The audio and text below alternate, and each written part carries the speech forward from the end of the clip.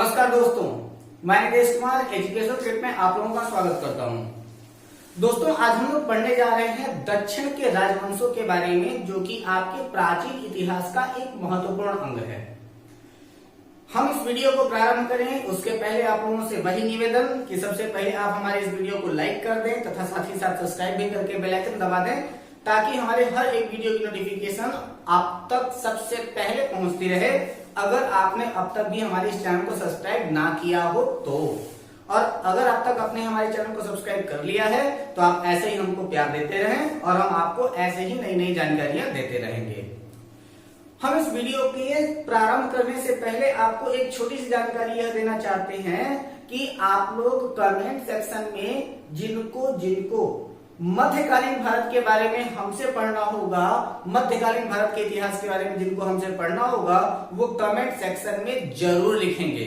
क्योंकि आपको पता है कि दक्षिण के राजवंशों के विनाश के पश्चात भारत पर मोहम्मद बिन कासिम पहला ऐसा प्रथम मुस्लिम शासक था जिसने भारत के ऊपर आक्रमण किया, जिसके बाद से भारत में मुस्लिम धर्म की वास्तविक नींव पड़ी और वहीं से आपका मध्यकालीन भारत शुरू होता है। तो जिनको मध्यकालीन भारत पढ़ना होगा तो प्लीज आप लोग हमारे कमेंट सेक्शन में इस चीज के बारे में जरूर लिख देंगे। और आपको मैंने पहले भी बताया था, एक बार फिर से मैं आपको बता देता हूं कि एक एनिमेटेड चैनल हमारा बहुत ही जल्दी लॉन्च होने वाला है, जो कि आपका क्लासिफाइड के नाम से आएगा।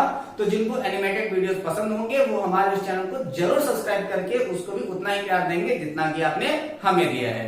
सो आइए चलते हैं अपने इस वीडियो के ऊपर। दक्षिण के राजवंशों में आज हम लोगों ने दो को उठाया है, और एक तो हमने बात किया है पल्लव वंश के बारे में और हमने बात किया है राष्ट्रकूटों के बारे में। राष्ट्रकूट इसलिए प्रसिद्ध है क्योंकि जो आपके एलोरा की गुफाएं हैं, एलोरा का कैलाश मंदिर है, वह इन्हीं राष्ट्रकूट शासकों ने ही बनवाया था, जिससे कुछ प्रश्न पूछे जाते हैं।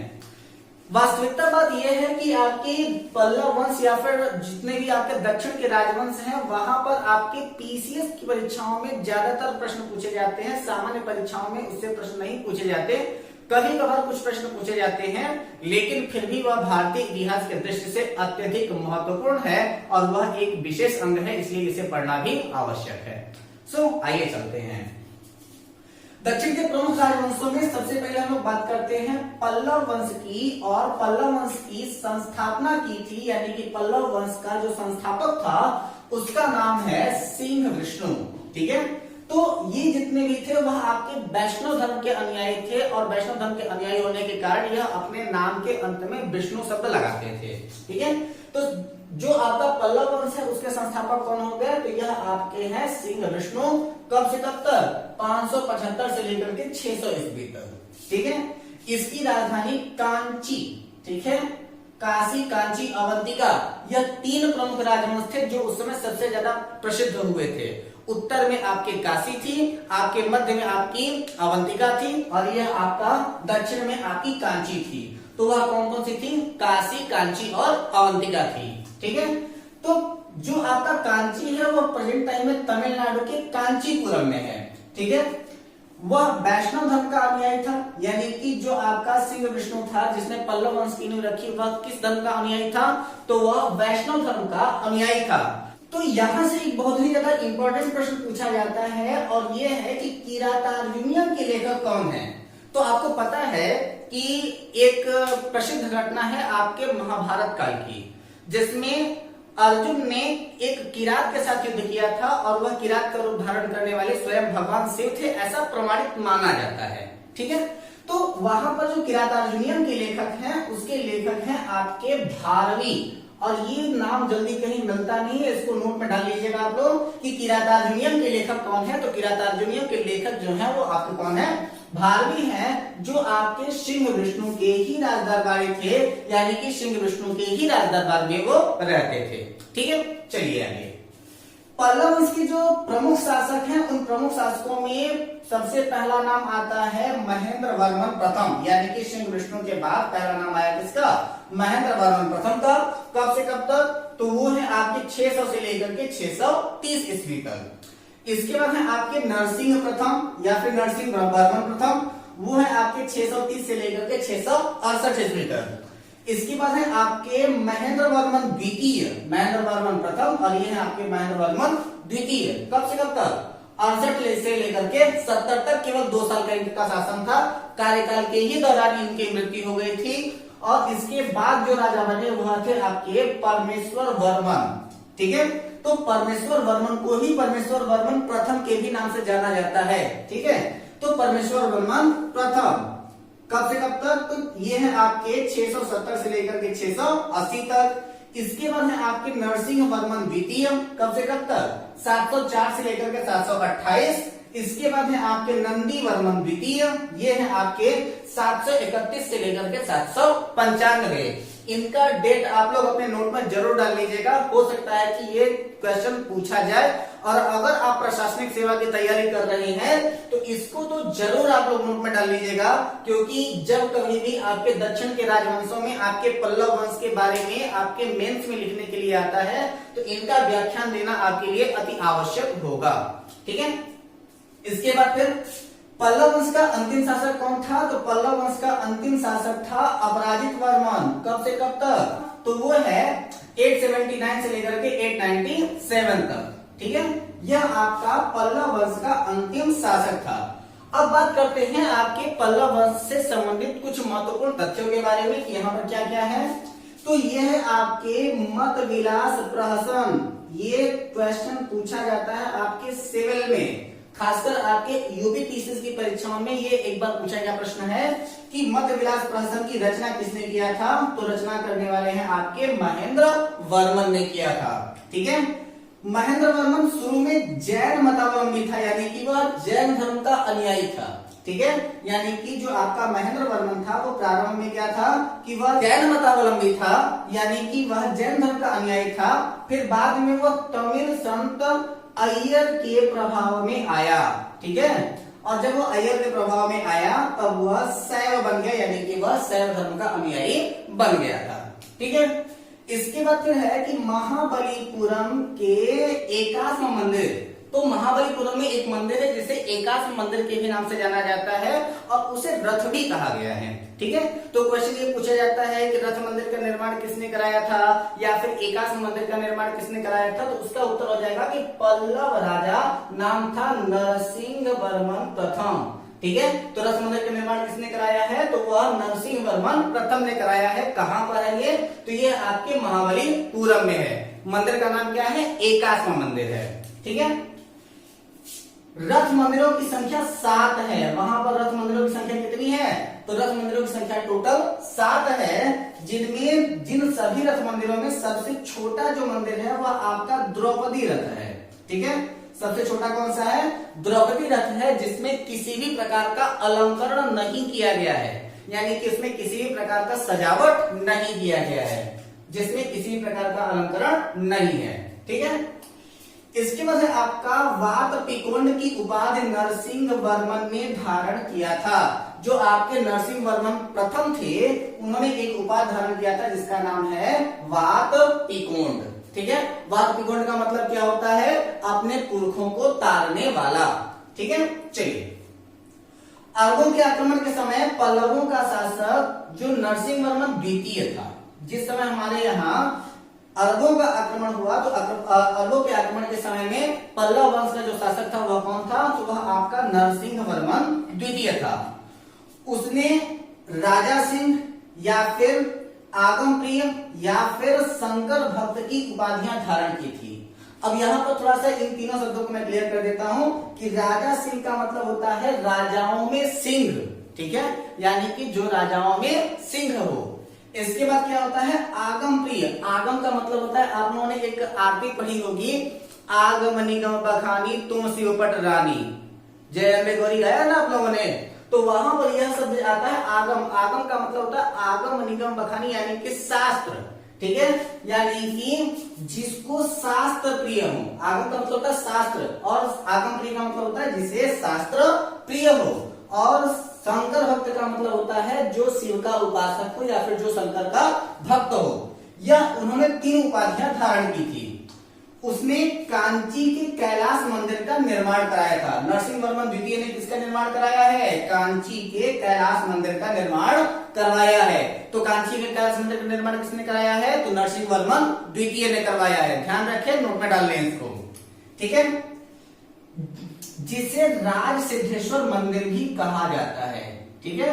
यह आपका ध्यान दीजिएगा कि ये जो आपका कैलाश मंदिर है कांची वाला, उसको राज सिद्धेश्वर मंदिर के भी नाम से जाना जाता है, ठीक है।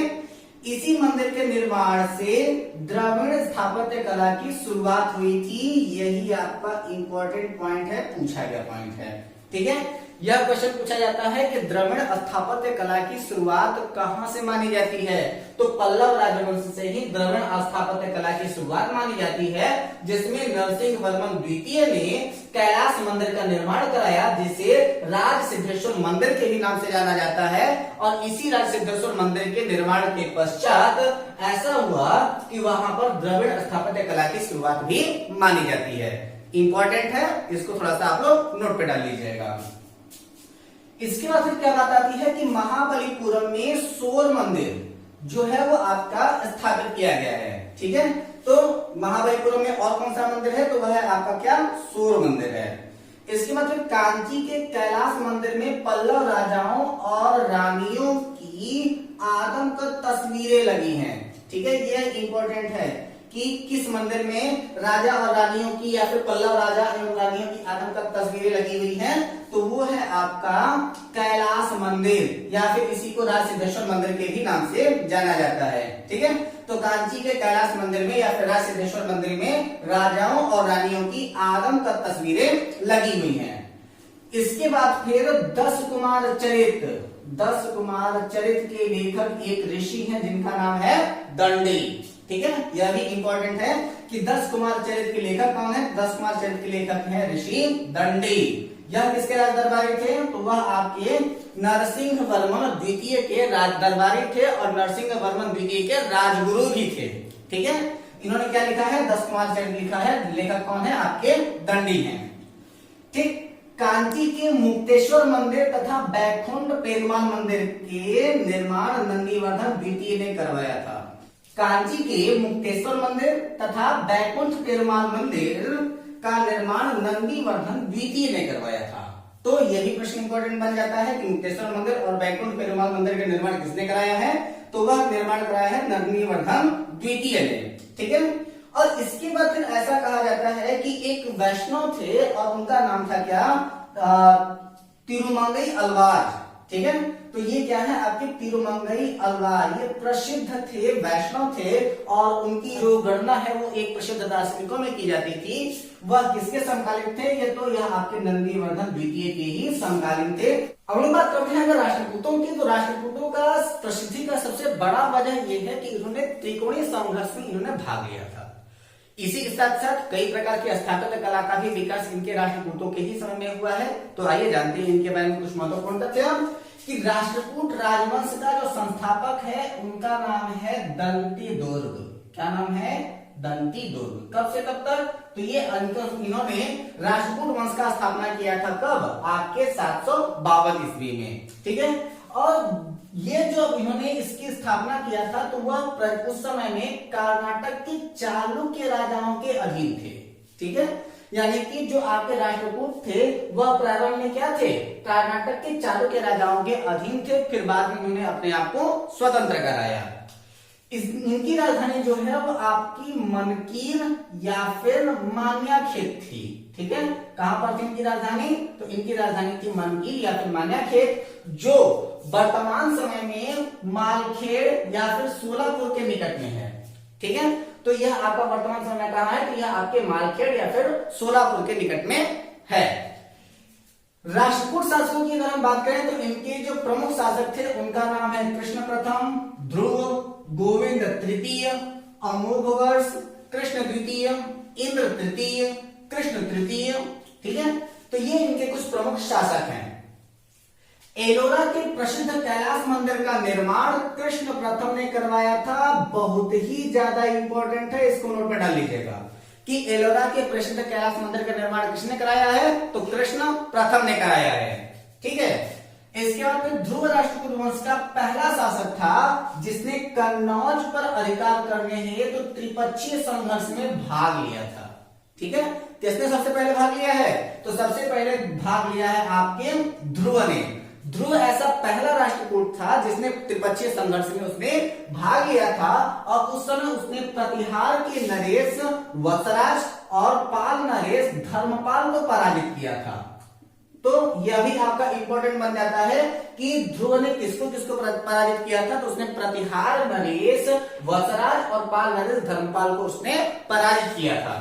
ठीक है, इसलिए ध्रुव को धरावर्ष कहा जाने लगा। ठीक है, तो ध्रुव को फिर क्या कहा जाने लगा? तो उनको कहा जाने लगा धारावर्ष। ठीक, इसके पश्चात गोविंद तृतीय की बात करते हैं। तो गोविंद तृतीय त्रिपक्षीय संघर्ष में भाग लेकर के चक्रा युद्ध, ये राजा का नाम है, कोई युद्ध की नीति नहीं है। ठीक है, तो गोविंद तृतीय ने त्रिपक्षीय संघर्ष में भाग लेकर के चक्रा युद्ध एवं उनके संरक्षक धर्मपाल तथा प्रतिहार वंश के शासक नागभट्ट द्वितीय को पराजित किया था।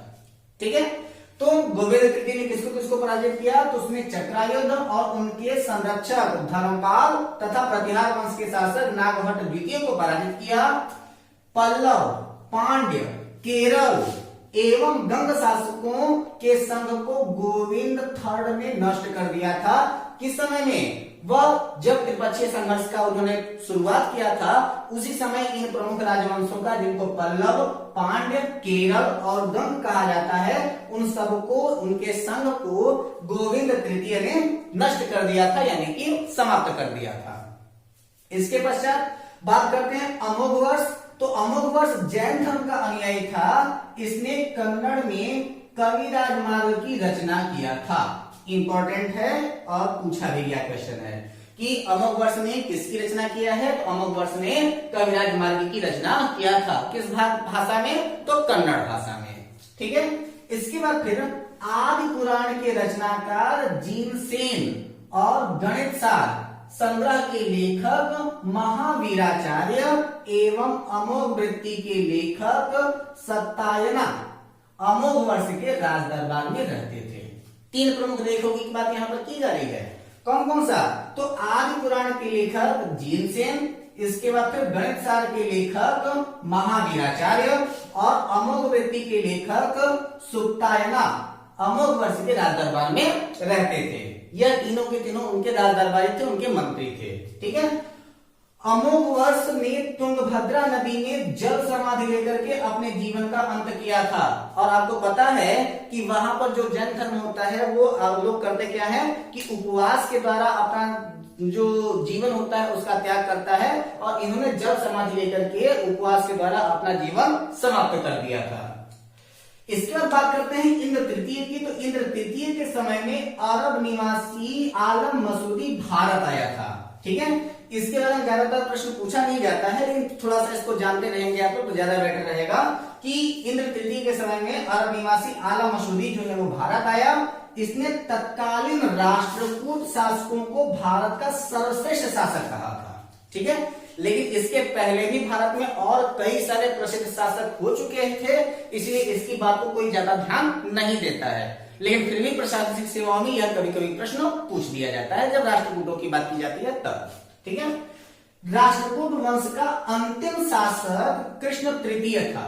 इसी के दरबार में कन्नड़ भाषा के कवि पोन्न रहते थे। ठीक है, तो जो आपके कन्नड़ भाषा के कवि पोन्न है वो किसके राज दरबार में रहते थे? तो वह आपके कृष्ण तृतीय के राज दरबार में रहते थे। इन्होंने ही शांति पुराण की रचना की है। पोन्न ने किसकी रचना की है? तो पोन्न ने शांति पुराण की रचना की है। ध्यान देंगे, इसको नोट में डाल लेंगे। कल्याणी के चालुक्य तैलक द्वितीय ने 973 ईस्वी में कर्क को हरा करके राष्ट्रकूट राज्य पर अपना अधिकार कर लिया और कल्याणी के चालुक्य वंश की नींव डाली। ठीक है, यानी कि राष्ट्रकूट के वंश की समाप्ति हुई यहीं पर और वहां पर आपके चालुक्य वंश की नींव पड़ गई थी। ठीक, अब जरा से इनके बारे में थोड़ा सा कुछ और महत्वपूर्ण चीजें हैं उसके बारे में हम लोग जान लें कि एलोरा एवं एलिफेंटा जो कि महाराष्ट्र में प्रमुख गुफाएं हैं, जो कि यही आपकी लाइन राष्ट्रकूट में सबसे ज्यादा इंपॉर्टेंट है कि एलोरा एवं एलिफेंटा की गुफाएं जो कि आपके महाराष्ट्र में है, जिसको गुहा मंदिरों के भी नाम से जाना जाता है, इनका निर्माण राष्ट्रकूटों के ही समय में हुआ है। ठीक है। एलोरा में 34 शैलाकृत गुफाएं हैं। एलोरा में कितनी गुफाएं हैं? तो 34 शैलाकृत गुफाएं हैं। इनमें से 1 से 12 तक बौद्ध धर्म से संबंधित, 13 से लेकर के 29 तक हिंदुओं से संबंधित और 30 से लेकर के 34 तक जैनों से संबंधित गुफाएं हैं। यही आपका इंपॉर्टेंट है, जो कि सबसे ज्यादा इंपॉर्टेंट है। एलोरा की गुफा 15 में विष्णु को नरसिंह अर्थात पुरुष सिंह का रूप बताया गया है। ठीक है, आपको नरसिंह अवतार के बारे में पता है ना। तो जो आपकी एलोरा की गुफा नंबर 15 है, उसमें विष्णु को नरसिंह अर्थात पुरुष सिंह दिखलाया गया है, यानी कि बताया गया है, उसमें उनका चित्र बनाया गया है, यानी कि उनका वहां पर मंदिर है। इसके बाद फिर राष्ट्रकूट शैव, वैष्णव, शाक्त संप्रदायों के साथ साथ जैन धर्म के भी उपासक थे। तो राष्ट्रकूट किन किन धर्मों के उपासक थे? तो उनका सबसे ज्यादा जो प्रभाव था वह शैव और वैष्णव पर था। इसके अलावा वह शाक्त धर्म और साथ ही साथ वह जैन धर्म के भी ऊपर विश्वास रखते थे। जैन धर्म के बारे में भी वो मानते थे, उनको भी उन्होंने आश्रय प्रदान किया था। लेकिन यहां पर इन्होंने सबसे विशेष आश्रय जो प्रदान किया, जिसके बारे में प्रश्न पूछा जाता है, वह यह है कि राष्ट्रकूटों ने अपने राज्य में मुसलमान व्यापारियों को बसने तथा इस्लाम के प्रचार की स्वीकृति दी थी।